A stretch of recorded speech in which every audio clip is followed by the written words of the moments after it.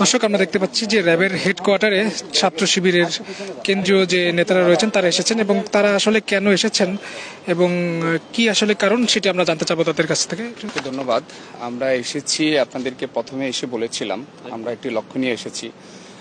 বাংলাদেশ ইসলামী ছাত্র শিবিরের 5 জন ভাই গুম আছেন, যারা 2012 সাল, 13 সাল, 14 এই সময়গুলোতে গুম হয়েছে। আমাদের বলেছিলাম যে আমাদের অনেকেই গুম হয়েছেন, অনেকে কারা নির্যাতনের শিকার হয়েছেন, রিমান্ডের শিকার হয়েছেন। বিগত 16 বছর যাবৎ এগুলিই চলে আসছে। ইসলামী ছাত্র শিবিরের উপরে নির্যাতনের স্টিমরোলার চালিয়েছিল। তো আমরা 5 জন ভাইকে কোনোভাবে আমরা পাচ্ছি না, কানেক্ট করতে পারতেছি না, আমরা তাদেরকে তাদের বাবা মার কাছে পৌঁছাতে পারছি না। ইসলামী ছাত্র শিবির দায়বদ্ধতার জায়গা থেকে আমরা আমাদের এই ভাইদেরকে খোঁজার জন্য সারা বাংলাদেশে আমরা চেষ্টা করেছি। তখন থেকে আমাদের এই বিষয়গুলো ইলেকট্রিক মিডিয়াগুলোতেও এসেছে। তো তারই প্রেক্ষিতে আজকে আমরা এই ভাইদের সকল তথ্যগুলো নিয়ে আমরা র্যাবের হেডকোয়ার্টারে এসেছি। র্যাবের ডিজি মহোদয় এখানে ছিলেন, তিনি আমাদের সাথে কথা বলেছেন, আমরা ওনার সাথে কথা বলেছি, শহীদুল ইসলাম স্যার।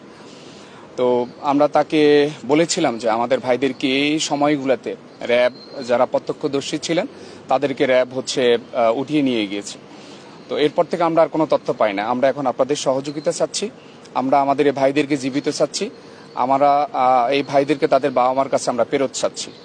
তো তিনি আমাদেরকে আশ্বস্ত করেছেন যে আমি অতীতে কি হয়ে গেছে আমি জানি না, তবে আমি এখন এখানে এসেছি, আমরা আমাদের জায়গা থেকে চেষ্টা করব, অনুসন্ধান করে দেখতেছি। আপনারা যেই তালিকা দিয়েছেন এই তালিকার আমরা আমাদের প্রত্যেকটা জায়গায় আমরা অনুসন্ধান করব এবং আমরা আপনাদেরকে রেজাল্ট জানাবো। তিনি আমাদের নাম্বার নিয়েছেন যোগাযোগের জন্য, আর আমরাও তাদের একটি কমিউনিকেশন করার জন্য নাম্বার নিয়েছি। আপনারা কতটা আশ্বস্ত হয়েছেন এবং কি আহ্বান থাকবে?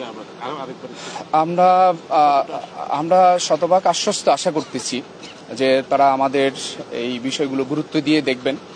আমরা বলেছিলাম তারা এখানে সকলেই স্টুডেন্ট ছিলেন, ছাত্র ছিলেন, বিশ্ববিদ্যালয়ের মেধাবী ছাত্র ছিলেন। তাদের বাবা মারা আজকে দীর্ঘদিন যাবৎ তাদের জন্য কান্না করছেন, অসহায় হয়ে আছেন।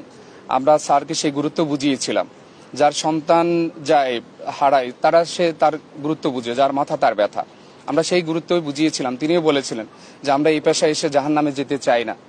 তো তিনি বিষয়টি গুরুত্ব দিয়ে দেখবেন বলছেন আমাদেরকে। তিনি জানেন যে আমাদের ডক্টর ইউনূস স্যার এসেছেন, ওনাকে রিসিভ করতে গিয়েছিলেন, এসেছেন মাত্র, এসে আমাদেরকে সময় দিয়েছেন। তো তিনি বিষয়টি গুরুত্ব সহকারে নিয়েছেন। ওনারা বলছেন ওই দিন শর্ট টাইমের মধ্যে আমাদেরকে জানাবেন।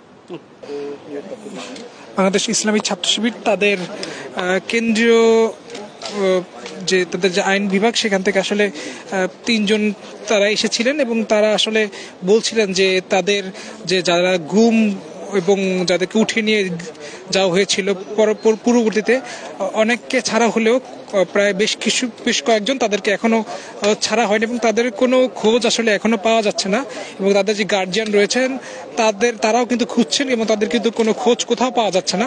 এবং যার কারণে আসলে তারা র্যাবের কাছে এসেছেন, র্যাবের হেডকোয়ার্টারে চলে এসেছেন, এবং এসে মূলত তারা আসলে বলছিলেন যে তারা যে র্যাবের তাদের কাছে আসলে এই বিষয়গুলো উত্থাপন করেছেন এবং তাদেরকে বলেছেন, এবং তারাও আসলে আশ্বস্ত করেছেন যে তারা উইথিন শর্ট টাইমের মধ্যে তারা এই খোঁজ করে তারা বের করার চেষ্টা করবেন, র্যাবের পক্ষ থেকে যেমনটি জানানো হয়েছে।